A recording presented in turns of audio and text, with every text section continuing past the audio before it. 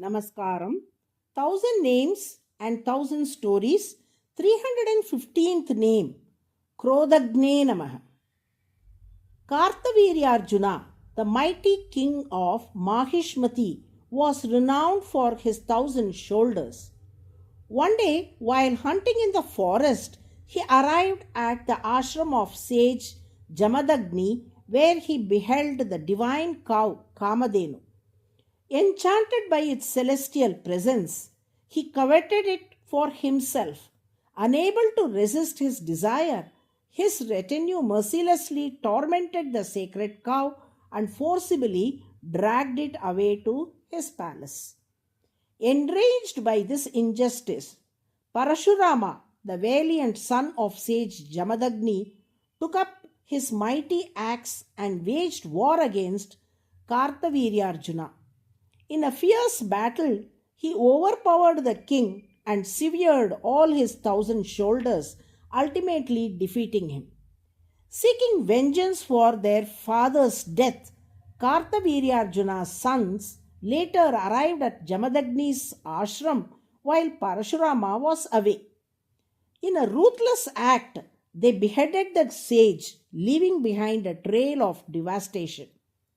Upon returning home, Parasurama was devastated to learn about his father's brutal murder.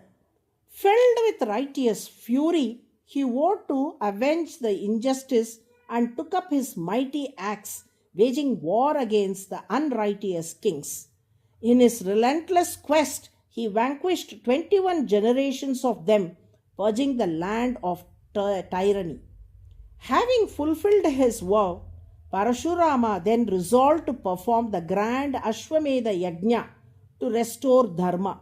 He invited revered sages, including Kashyapa, to preside over the sacred ritual, ensuring its completion with divine blessings.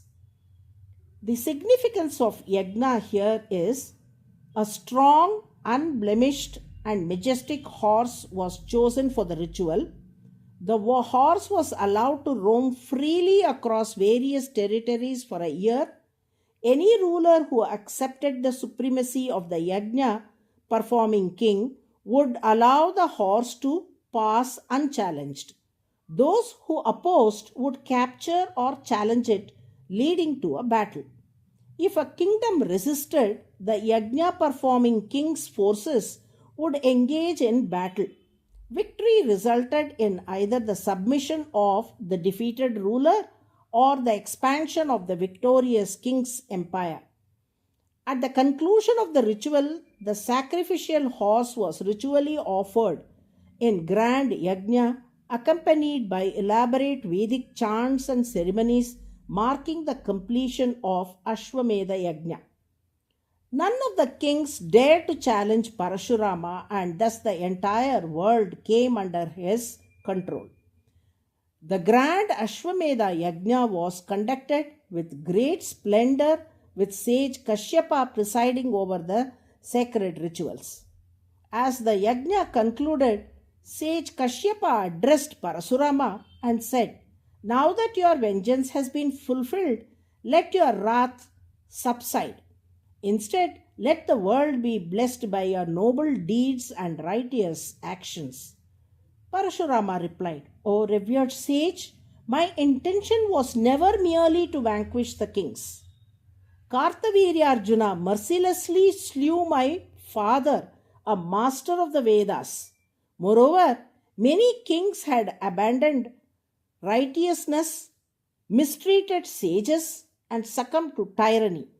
To restore Dharma, I wielded my axe and put an end to their subjugations. Now, peace shall prevail."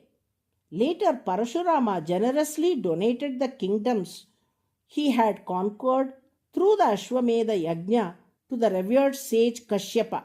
He then said, "From now on, you and the other esteemed disciple kings shall uphold righteousness and ensure that peace prevails in the world." Sage Kashyapa bowed before Parashurama and said, "So be it. Now let your anger subside and may you find peace." Krodha means anger, while Krodhaha refers to one who eliminates or destroys anger and promotes peace.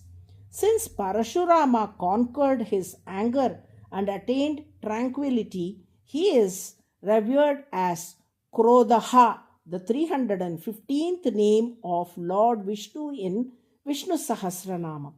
By chanting KRODHAGNE NAMAH, the Lord grants us the strength to overcome anger and embrace inner peace. Narayana. Narayana.